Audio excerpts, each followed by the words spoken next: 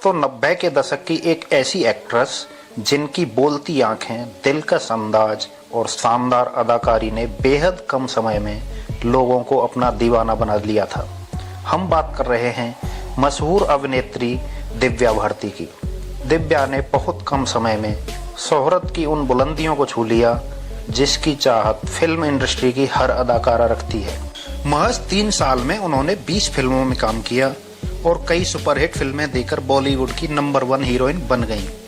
हालांकि महज 19 साल की उम्र में उन्होंने इस दुनिया को अलविदा कह दिया। मात्र 19 साल की उम्र में फिल्म इंडस्ट्री में कदम रखने वाली दिव्या भारती कम समय में ही युवा दिलों की धड़कन बन गई थी। उनकी खूबसूरती और जबरदस्त एक्टिंग ने दर्शकों का दिल मोह लिया था। फिल्म दीवाना में उनकी मासूमियत के तो लोग कायल हो गए थे। इसी बीच अपने ही घर में दिव्या की रहस्यमयी मौत हो गई। मौत के कुछ ये तथ्य सामने आए थे जिन्हें हम विस्तार से आपको बता रहे हैं। दोस्तों, आगे बढ़ने से पहले आपसे रिक्वेस्ट है कि हमारे चैनल को सब्सक्राइब कर लीजिए और बेल आइकन को भी दबा दीजिए, जिससे कि नेक्स्ट कोई भी वीडियो आएगा आपको सबसे पहले पता चलेगा। तो तथ्यों के बारे में बात करते हैं। तो पुलिस रिपोर्ट में शराब के नशे में बालकनी से गिर जाना मौत की पहली वजह बताया गया था। कुछ लोगों ने उनकी मौत को हत्या बताया था। इसका शक उनके पति साजिद नाडियावाला पर था। हत्या और आत्महत्या के बीच उलझी दिव्या की मौत आज भी मिस्ट्री है। पुलिस फाइल बंद कर चुकी है। पूरी घटना को आइए इन पहलुओं से देखते हैं। दोस्तों, शादी के बाद वह वर्सोवा के तुलसी अपार्टमेंट में रहने लगी थी। साजिद और दिव्या ने कुछ हफ्तों तक अपनी शादी को छिपा कर रखा था। उस वक्त की मुंबई में सांप्रदायिक तनाव चरम पर था। साजिद मुस्लिम थे जबकि दिव्या हिंदू थी। शादी की खबर के बाद हीरोइन के कैरियर को वैसे ही हिचकोले लग जाते हैं, ऐसा माना जाता है। बहरहाल अब बात उस दिन की है जिस दिन ये सब हुआ। तारीख थी 4 अप्रैल। 4 अप्रैल को दिव्या एक फिल्म की शूटिंग कर चेन्नई से मुंबई लौटी। अगले दिन उन्हें शूटिंग के लिए हैदराबाद जाना था, मगर तभी एक ब्रोकर ने उन्हें एक शानदार फ्लैट के बारे में बताया। अरसे से दिव्या अपने नाम पर एक फ्लैट खरीदना चाहती थी। उनके बाएं पैर में चोट लगी थी। इसी का हवाला देकर उन्होंने हैदराबाद वाले प्रोड्यूसर को बोला, मैं 5 को नहीं 6 अप्रैल को आऊंगी। शाम को दिव्या और दिव्या का भाई कुणाल और ब्रोकर के साथ बांद्रा स्थित नेपच्यून अपार्टमेंट में गईं। यहां उन्होंने एक 4 बेडरूम फ्लैट की डील फाइनल की। कैश में भुगतान तय हुआ। दिव्या बहुत खुश थी। उन्हें जल्द ही पति साजिद नाडियावाला की फिल्म आंदोलन की शूटिंग के लिए मॉरिशस भी जाना था। तय यह हुआ कि उसके बाद वह इस घर में शिफ्ट हो जाएंगी। वहां से दिव्या माँ के घर पहुंची। तभी उन्हें फोन आया, उनसे मिलने फैशन डिजाइनर नीता लुल्ला आ रही हैं। उन्हें आंदोलन के लिए दिव्या की ड्रेस फाइनल करनी थी। दिव्या घर पहुंची। रात के लगभग 10 बजे नीता अपने पति साइकियाट्रिक डॉक्टर श्याम के साथ पहुंची। घर पर दिव्या के साथ उनकी मेड अमृता भी मौजूद थी। अमृता छुटपन से दिव्या की देखभाल कर रही थी। दिव्या, श्याम और नीता लिविंग रूम में बैठी टीवी देखने लगे। तीनों ने कुछ ड्रिंक भी लिए। फिर दिव्या लिविंग रूम की खिड़की की तरफ बढ़ी। यह खिड़की पार्किंग की तरफ खुलती थी। इसमें ग्रिल नहीं लगी थी। दिव्या खिड़की पर चढ़ गई और बाहर की तरफ पैर कर बैठ गई। खिड़की के बाहर लगभग 1 फुट की पट्टी थी। दोस्तों की माने तो दिव्या अक्सर ऐसा करती थी। खुली हवा में सांस लेने जैसा कुछ यह स्टंट नुमा हरकत करती थी। इस दौरान वह लगातार अमृता से बात कर रही थी। अमृता उस वक्त किचन में इन तीनों के लिए चखना तैयार कर रही थी। पुलिस को दिए बयान की माने तो नीता और श्याम उस वक्त बीसी प्लेयर पर कुछ देखने में मशगूल थे। खिड़की पर बैठी दिव्या ने लिविंग रूम की तरफ मुड़कर देखा और अपना एक हाथ खिड़की की चौखट की मजबूती से पकड़ने के लिए बढ़ाया। उनका हाथ स्लिप हो गया। वह नीचे गिरी। ये सब कुछ ही सेकंड में हो गया। अब नीता, श्याम और अमृता भागकर नीचे पहुंचे तो देखा कि पार्किंग में दिव्या तड़प रही है।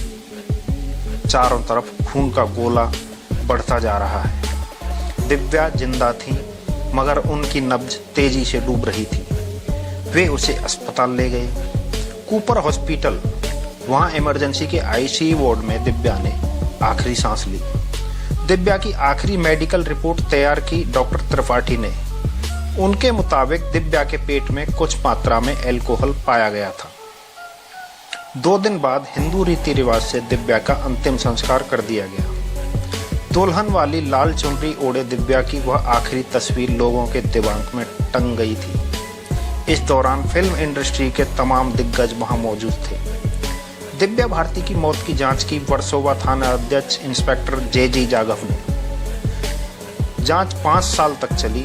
आखिर में ये नतीजा आया कि ये मौत किसी साजिश का नतीजा नहीं थी और न ही आत्महत्या थी। मामले को दुर्घटना बताकर फाइल बंद कर दी गई।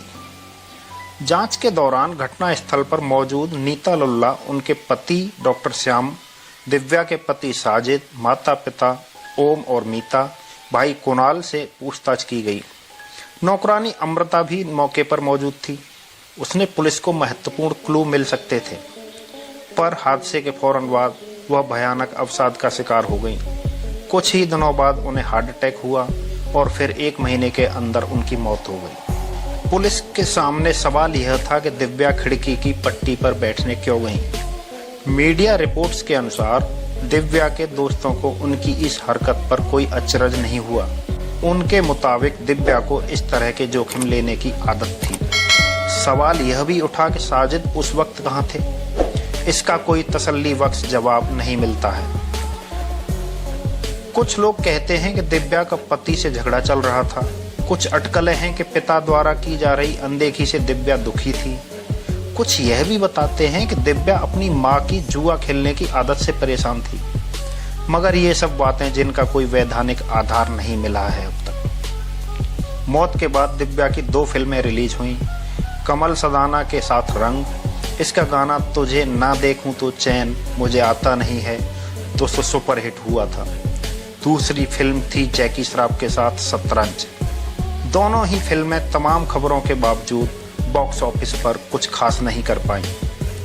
दिव्या ने उस वक्त अनिल कपूर के साथ फिल्म लाडला की तकरीबन 80% शूटिंग पूरी कर ली थी।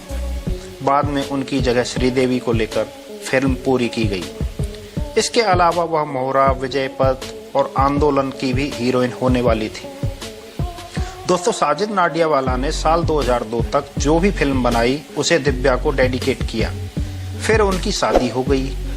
इसका भी एक किस्सा है।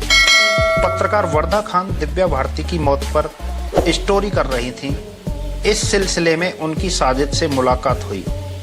फिर दोनों में क्रमशः दोस्ती, प्यार और शादी का रिश्ता कायम हुआ। साजिद आज भी दिव्या को याद करते हैं। इसका उदाहरण मिला बतौर डायरेक्टर उनकी पहली फिल्म किक से।